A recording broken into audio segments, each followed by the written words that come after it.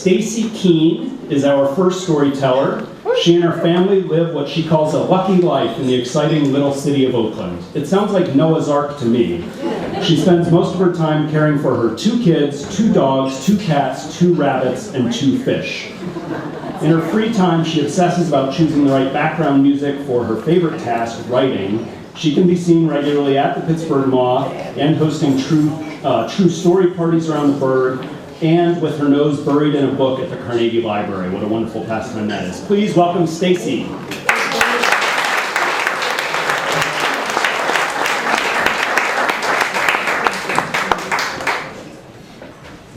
Seems like I always have to adjust the mic.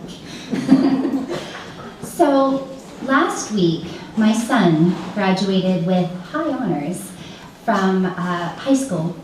He went to a high school locally in Oakland, the Pittsburgh Science and Technology Center.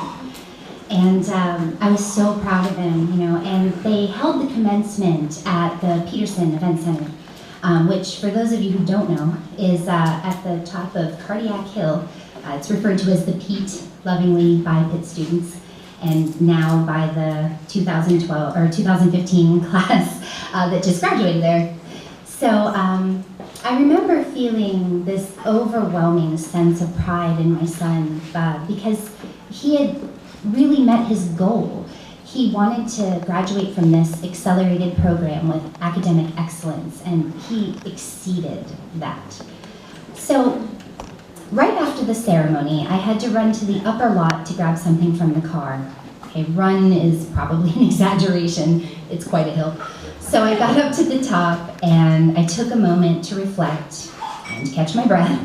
And as I looked over the crowd of blue graduation robes and mortarboards, I realized that I wasn't just proud of my son, but I was really proud of myself. After all, I had completed the most important goal I had ever made, which was to see my son successfully into adulthood. So I cried a little bit, but by the time I got down to the bottom of the hill to rejoin the group, my tears of joy had dried, which is great because I must have posed for at least 100 pictures and selfies. But as handshakes and pats on the back kind of blended into hugs goodbye, my son went off to celebrate with his friends, and I decided to take a lonely, meandering walk home. And without realizing it, I found myself going past all my favorite places in Oakland. Of course, I went past SciTech first, thought about those 4 years. I walked all the way around the Cathedral of Learning, and went down to Dippy the Dinosaur, and past the library, where I remembered how very important the library was to my son. He actually spends more time there than anywhere else, participating in the labs and other programs that they have. And I feel really lucky because on the rare occasion when my son forgot to call me, I just knew he was at the library. And then I went across the lock bridge that he mentioned, and over to Phipps and sort of dreamily walked around. And then I came back over the lock bridge and past the library again.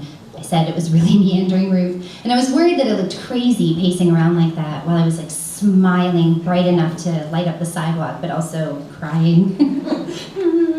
But I managed to pull myself together by the time I got in front of the museum. And so I went into the Sarah sculpture to look up and take a picture at the light coming through the hole.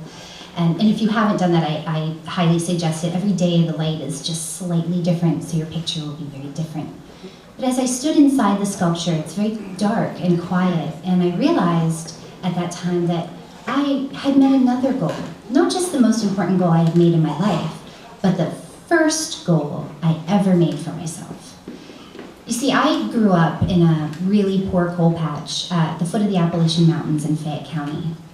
And although I really found our post office very quaint and beautiful, and I loved the many cornfields, there was always something else I yearned for, and I didn't really realize what that was until my Brownie troop took a trip to Oakland. We visited the Girl Scout Little House, which sits in the shadow of the soaring Cathedral of Learning. And I remember looking around at all the students and this vast campus with my friends, and at that time, on that day, we all decided, like, I'm definitely going to college, which says a lot for where we came from for us to decide that that was a feasible goal.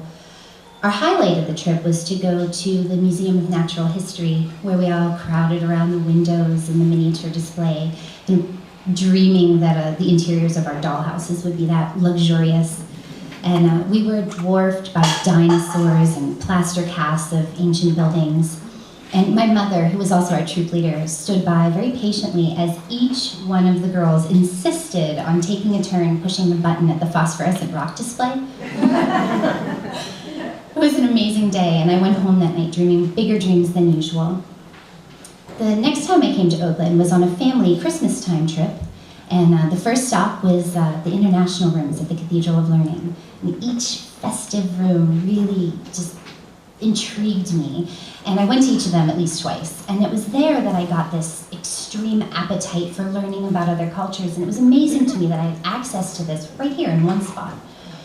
Then we went over to Phipps for the winter flower show, which, I fell in love immediately. I couldn't believe that I could go from climate to climate and learn about these different specimens from all over the world. That brought out the nerd in me. So I remember on the way home that night, going down 51, I couldn't sleep at all. Not because I was looking for the holiday lights that dotted the landscape, but mostly because I was thinking about what was fading fast behind me. I made myself a promise right then and there that when I was a grown-up, I was gonna move to Oakland. But not every trip to Oakland was joyous for me. There was a time that the sight of it really filled me with anxiety and sadness. And that was when I started visiting my friend Heather at the Children's Hospital. You see, she was battling bone cancer, and I was really afraid that she was gonna lose.